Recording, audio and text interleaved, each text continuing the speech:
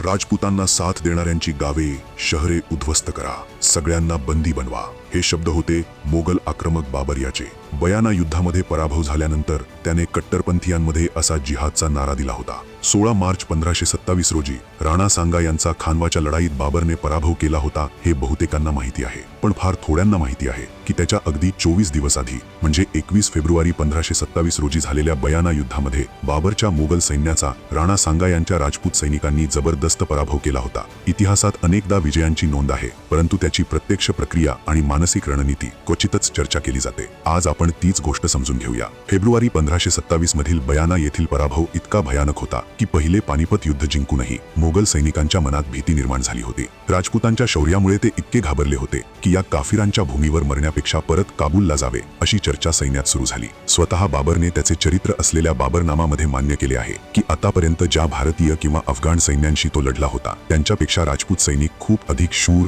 संघटित आणि आत्मसन्मानासाठी प्राण देण्यास तयार होते आणि त्यांच्याकडे राणा सांगासारखे नेतृत्व होते ज्यामुळे सैनिक मृत्यूला हसत स्वीकारणार होते. तेव्हाच बाबरला समजले की हे युद्ध फक्त तलवार आणि धैर्याने जिंकणे सोपे नाही, म्हणून त्याने युद्धाची दिशा बदलली. सत्तेची लढाई एका धार्मिक म्हणजेच जिहादी लढाईत रूपांतरित केली. बयाना येथील पराभवानंतर पुढील 24 दिवस बाबर सतत आपल्या सैन्याला सांगत राहिला की हे युद्ध धन किंवा राज्यासाठी नाही तर इस्लामसाठी आहे. त्याने सैनिकांना कुराणवर हात ठेवून शपथ घ्यायला लावली, त्यांना दारूपासून दूर राहण्याचे आणि धार्मिक नियमांचे पालन करण्याचे आवाहन केले आणि हिंदूंविरुद्धच्या त्याच्या कठोर कृतींना त्यांना काफिर म्हणत समर्थन दिले. इतिहासकार विल्यम अर्स्काईन यांनी त्यांच्या पुस्तकात हे सर्व तपशीलवार वर्णन केले आहे. भीतीमुळे खचलेले सैन्य आता जिहादी उन्मादाने भरून गेले होते. आता ते मागे हटण्याऐवजी मरण्यासाठीही तयार झाले होते. खानवाच्या मैदानात एका बाजूला होती राणा सांगा यांची पारंपरिक राजपूत युद्धशैली, शौर्य आणि समोरासमोरची लढाई, आणि दुसऱ्या बाजूला होते बाबरचे तोफखाने, बारूद, तुलुगमा रणनीती आणि जिहादी उन्माद भरलेले सैनिक. 16 मार्च 1527 रोजी